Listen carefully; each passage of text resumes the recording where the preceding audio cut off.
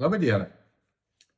Pabandysiu papasakoti, apibendrindamas, tas visas istorijas, kurias aš dėsčiau apie taip vadinamą MG Baltic.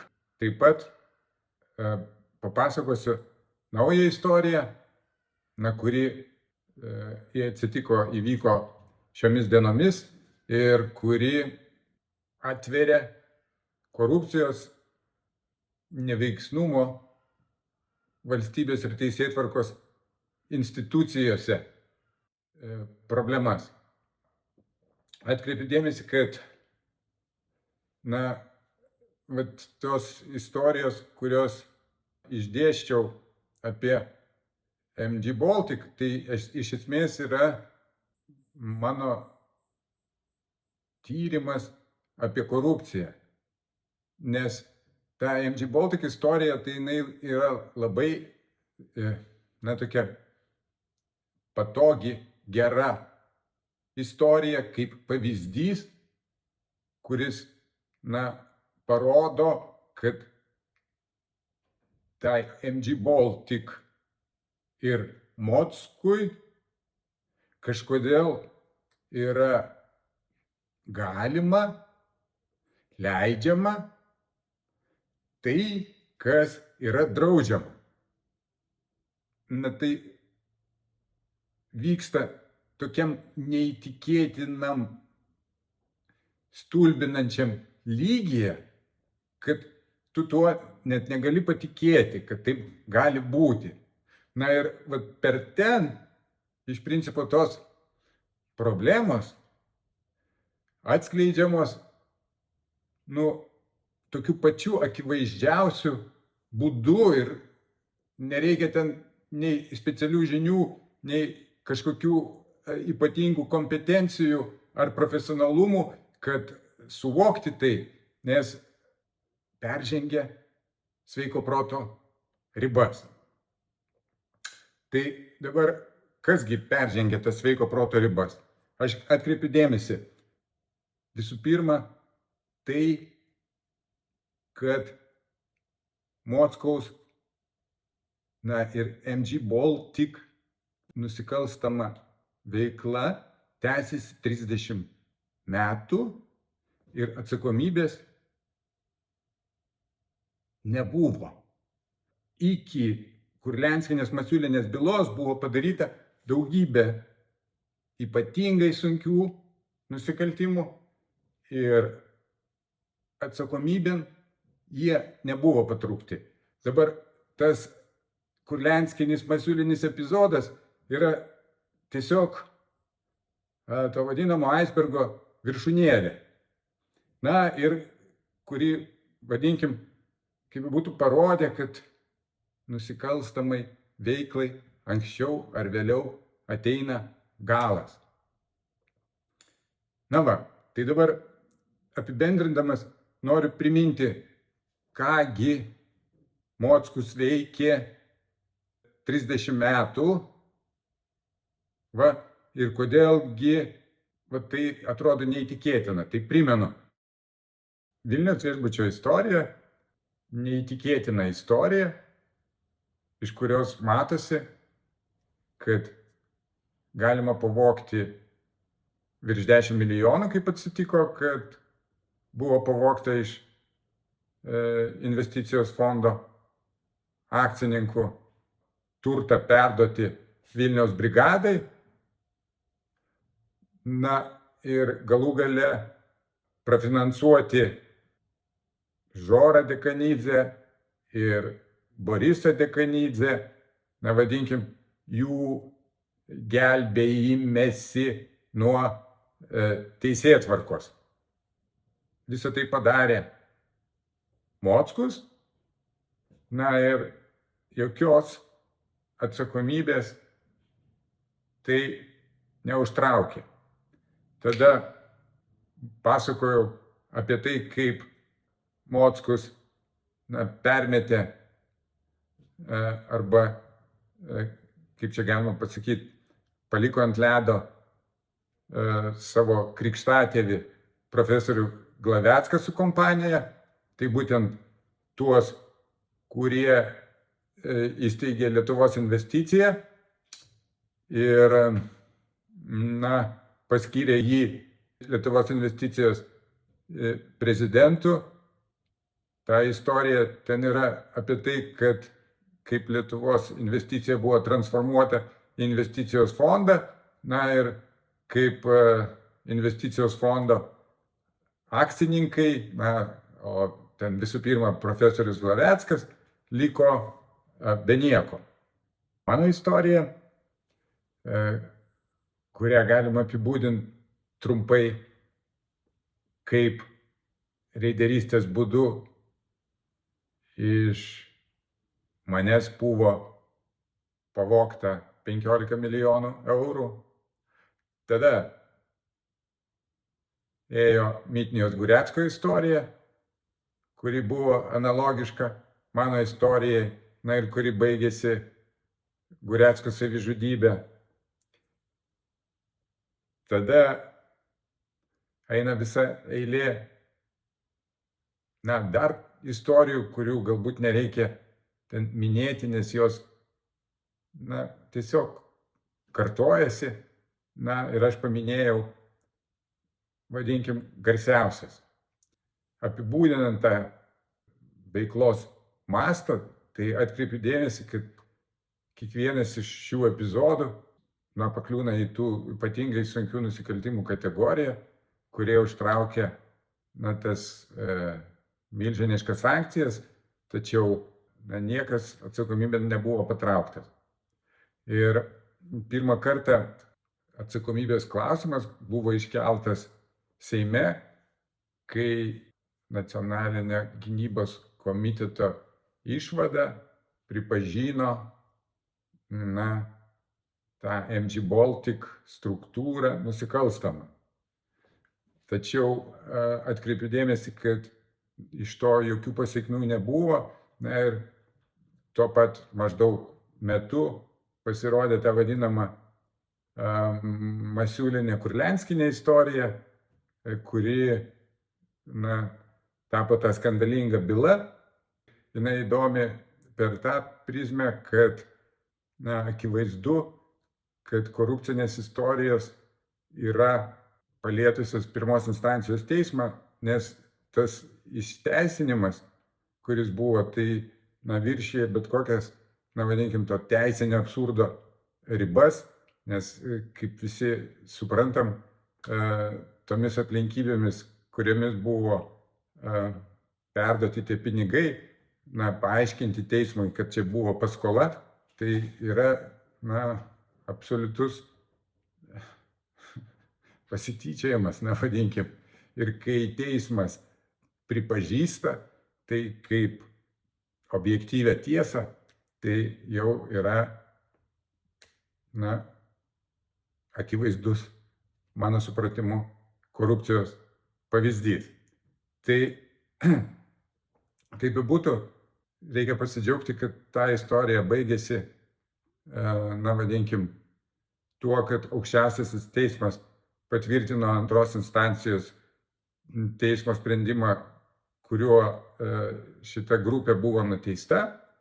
Ir dabar ateinam prie tos įdomiosios dalies. Teismas pripažįsta, kad Mockus žinojo apie daugumą nusikalstamų veiksmų ir jiems pritarė. Tai prie to galim tik pridėti, kad visos bylos aplinkybės ir visas gyvenimas rodė, kad Mockus yra pagrindinis šitos veiklos, tame tarpe ir nusikalstamos organizatorius, naudos gavėjas. Ir tai, kad jis nebuvo patrauktas atsakomybėn, tai yra lygiai toks pat absurdas, kaip kad išteisinti, kitaip tariant, kaip kad pirmosios instancijos teismo sprendimas. Esmė yra tame, kad tai būti negali ir tai atrodo neįtikėtina. Tai atrodo stulbinančiai ir visų pirma neatitinka įstatymo raidei, na ir teisiniai praktikai. Tai, na, taip nebūna. O dabar, kodėl taip atsitiko? Na, va, tai ir yra tas didysis klausimas. Šioje akivaizdoje atkreipiu dėmesį į naująjį įvykį. Tai naujasis įvykis yra tas, kad savo tyrimo eigoje aš stebėjau, kaip jau minėjau, na, korupcijos epizodus ir, na, inicijavau žingsnis po žingsnio naujus žingsnius ir jų eigoje rinkau informaciją, na, va, kurią aš čia vat ir apibendrinau. Tai dabar paskutinis žingsnis tai buvo tas, kad aš kreipiausi į generalinę prokuratūrą su pasiūlymu padaryti taip vadinamą turto tyrimą.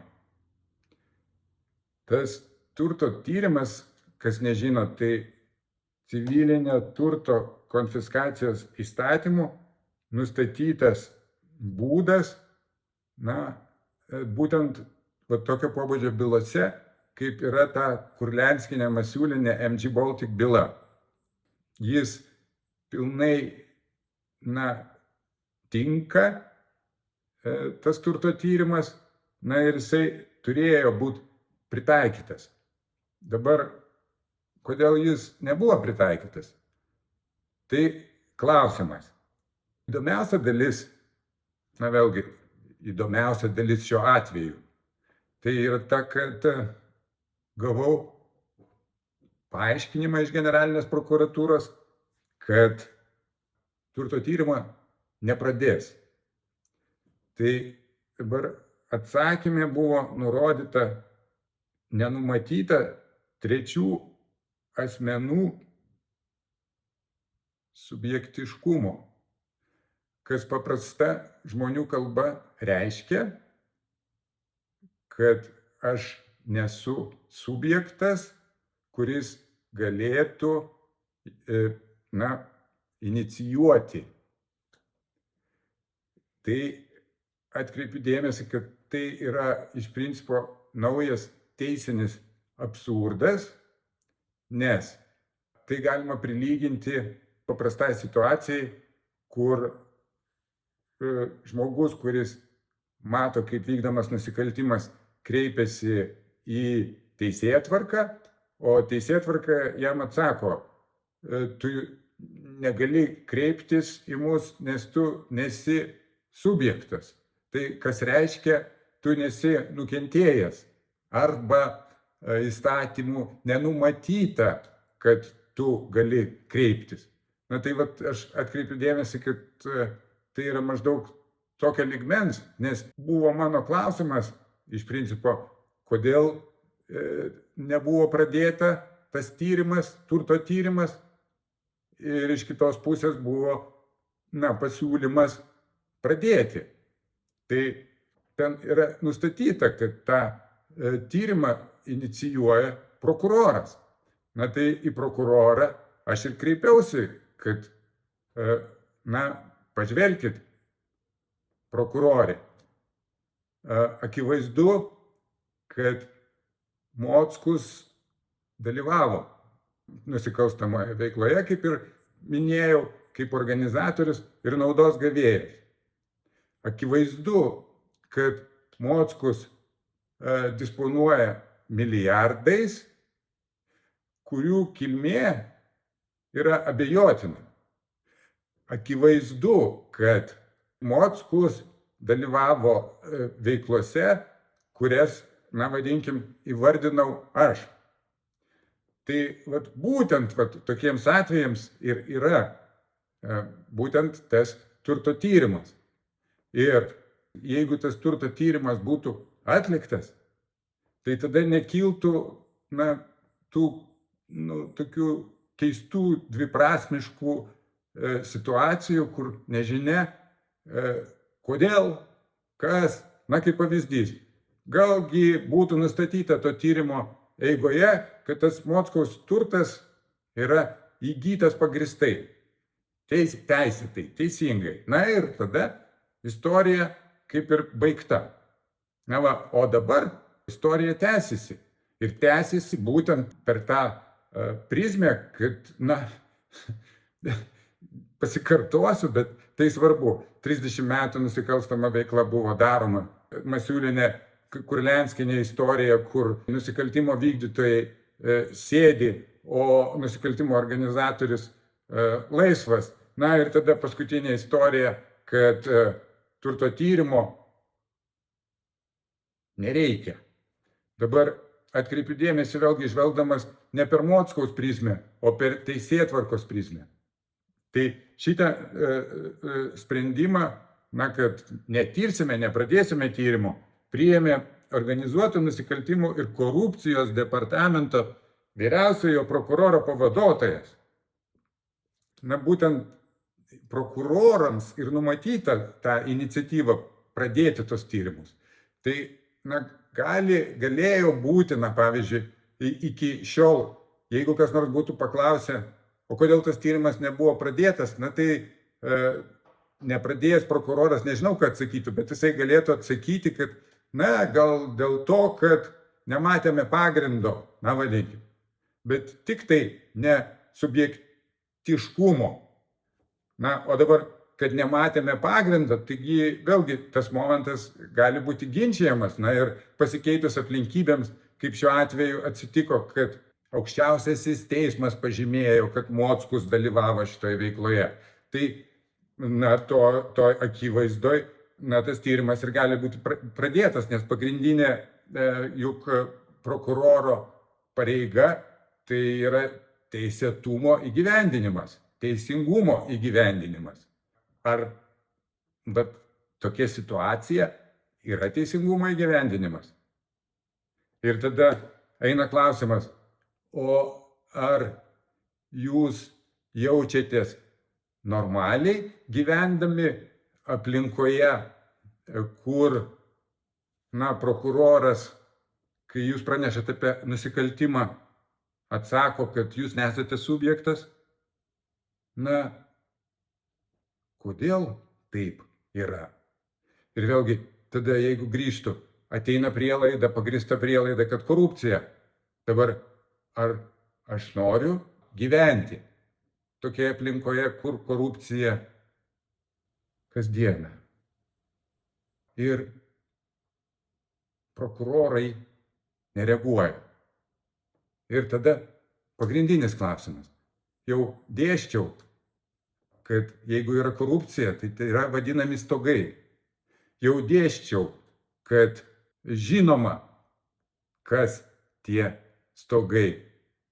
Tai labiausiai pagrįsta prielaida, kad tai yra buvęs prokuroras Jancevičius ir buvęs generalinis prokuroras Pietnyčia, kuris dabar vadovauja visos tos grupuotės gynybai.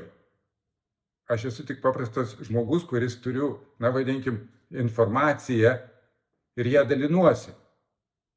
Tačiau yra teisėsauga, kuri žino tą informaciją ir turi prievolę atlikti tyrimus.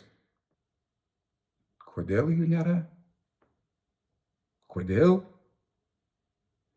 Ir kas yra dabartinis Mockaus stogas? Ir ar ši istorija pasibaigs kažkada? Tai va, šitie klausimai yra patys svarbiausi. Ir aš manau, kad su šiuo faktu, kad generalinės prokuratūros atsakymas yra neteisėtas, reikia kreiptis į aukščiausius valdžios organus, į aukščiausius pareigūnus, nes kitos išeities nėra. Kaip manote jūs?